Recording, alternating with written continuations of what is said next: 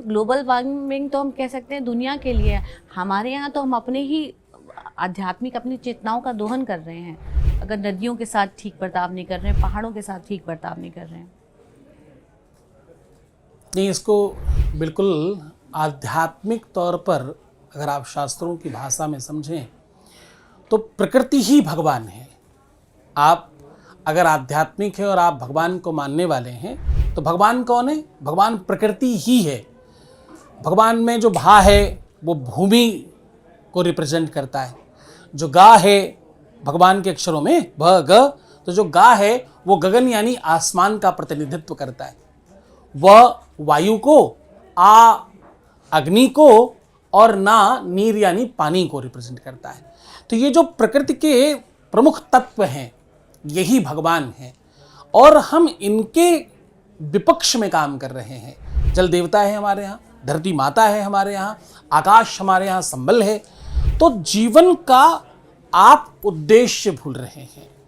आप किसी न किसी तरह से प्रकृति को नुकसान पहुंचा रहे हैं और उसका प्रतिफल है कि कभी भूकंप आता है, कभी बाढ़ आती है, कभी भूचाल आता है, कभी समुद्र में आपका आतताई स्वरूप दिखता है। कभी सर्दी हो जाती है, सर्दी तो बहुत होती है, कभी गर्मी और कभी पड़ती ही नहीं है।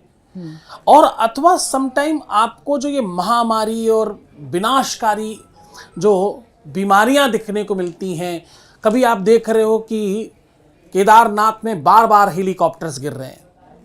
ये सब प्रकृति आपको संकेत दे रही है कि सावधान। शारीरिक प्रकृति और बाहरी प्रकृति दोनों आपको सावधान करते हैं। जैसे बुखार आना कोई बीमारी है क्या आपको लगता है? बुखार आना एक लक्षण है, एक वार्निंग है। आपका शरीर तपने लगे तो आप समझना कि अब वार्निंग आ रही है, आप बीमार हो गए हो। क्योंकि बुखार तमाम तरीके के हैं, मलेरिया, डेंगू, मेनिंजाइटिस, तुम्हारा कोरोना का बुखार, तमाम तरीके के बुखार हैं।